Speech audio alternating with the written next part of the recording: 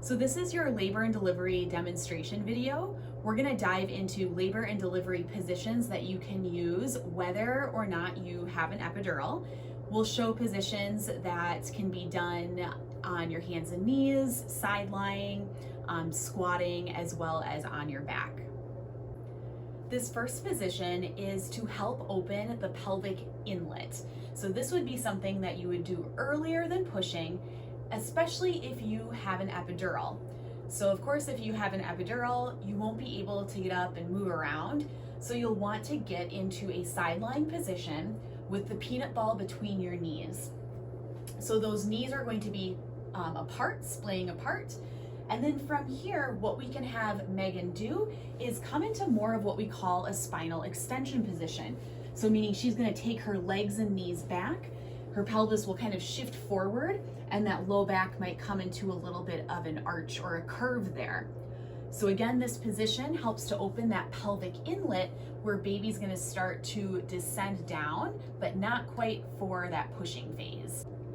This next position is a position you can do if you have an epidural, or if you don't have an epidural, it also works just fine. A position that you can utilize for pushing.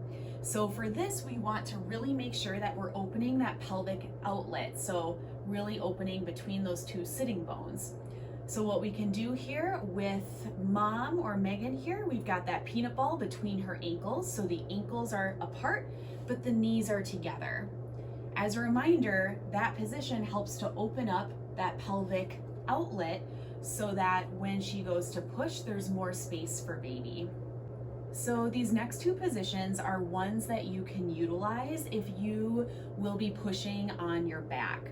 So what we want to make sure is if you are laying on your back during delivery, we want to make sure that sacrum or that bone right in the back has some freedom to move.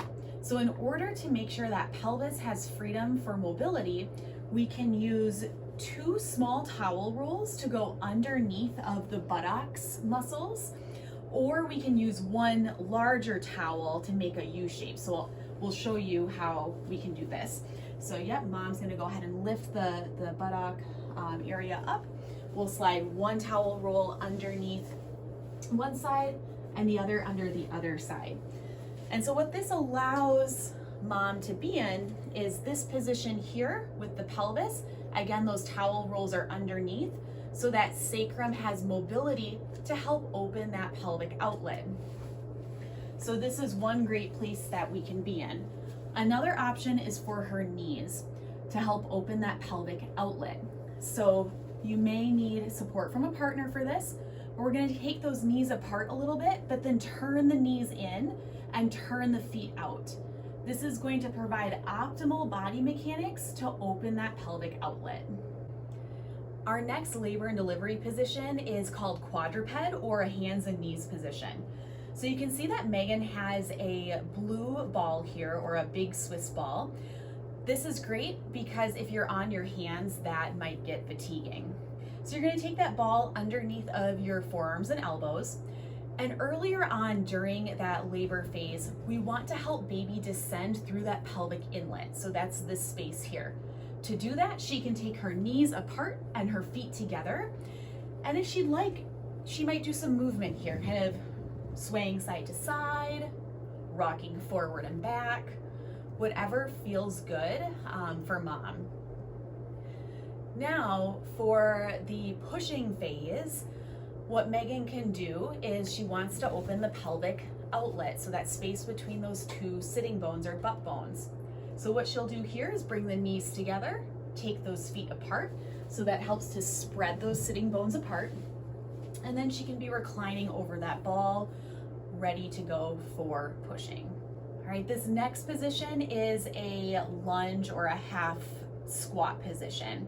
So what Megan's doing is she has her hands on the ball. One leg is forward and out to the side, her opposite knee is down. This can be really great for creating an asymmetrical position on the pelvis, which can help open both the inlet and the outlet.